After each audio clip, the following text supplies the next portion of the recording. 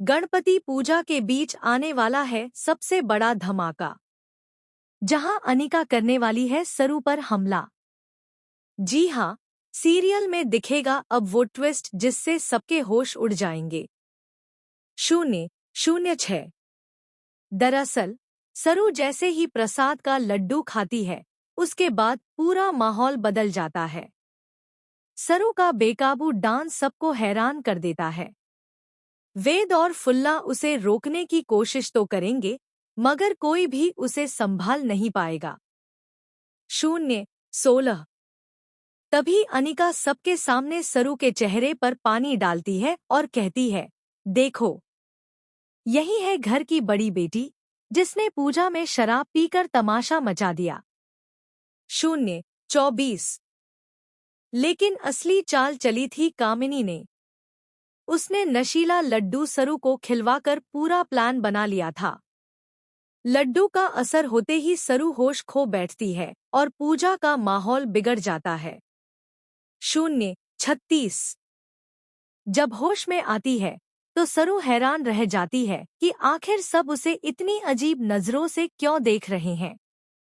वेद बताता है कि वो बेकाबू होकर डांस कर रही थी। सरू को शक होता है कि ये सब किसी साजिश का नतीजा है।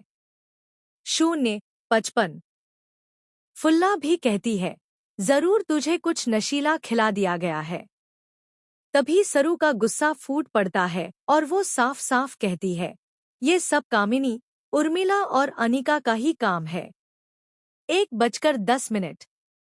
इसके बाद सरू सुन लेती है कि अनिका अपनी नानी से कह रही है, नानी, आपके उस लड्डू ने कमाल कर दिया। बस यहीं से सरू सच का पर्दाफाश करने की ठान लेती है। 1:26।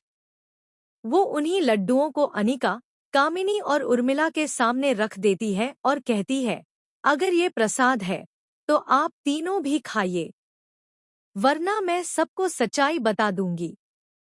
1:40। अनिका घबराकर चीख उठती है, मैं ये लड्डू नहीं खाऊंगी, इसमें नशीली दवा है। ये सुनकर घर वाले दंग रह जाते हैं। सबके सामने अनिका, कामिनी और उर्मिला की घटिया चाल बेनकाब हो जाती है।